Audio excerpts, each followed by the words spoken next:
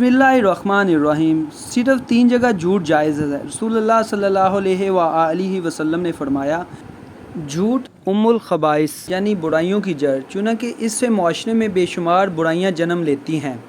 रसूलुल्लाह सल्लल्लाहु अलैहि वसल्लम फरमाते हैं कि सच को लाज़म कर लो, क्योंकि सच्चाई नेकी की तरफ ले जाती है और नेकी जन्नत का रास्ता दिखलाती है।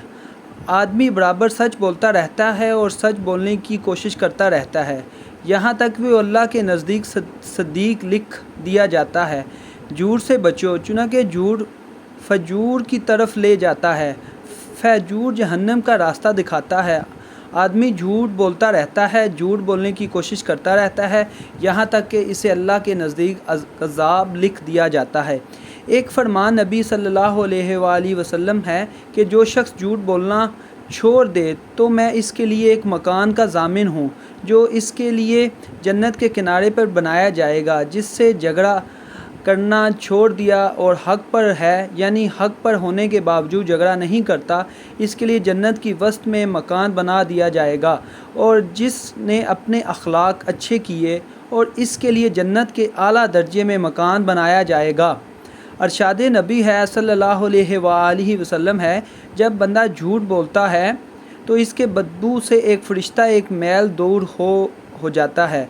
मज़ीद फरमाया कि बड़ी ख़यानत की बात है कि तू अपने भाई से कोई बात कहे और वो तुझे इसमें सच्चा जान रहा है तो इससे झूठ बोल रहा है। आप सल्लल्लाहु अलैहि वसल्लम का फरमान है कि मोमिन की इब्तिदा में तमाम खसलतें हो सकती हैं, मगर ख़यानत और झूठ नहीं, यानी दोनों चीज़ें ईमान के ख़िलाफ़ हैं। मोमिन को इसके से दूर रहना ज़रूरी है। एक दफ़ा रसूल अकरम सल्लल्लाहु अलैहि वसल्लम से पूछा गया कि मोमिन बुज़दिल हो सकता है? फरमाया हाँ। फिर गर्ज़ किया गया, मोमिन बख़ील हो सकता है? फरमाया हाँ।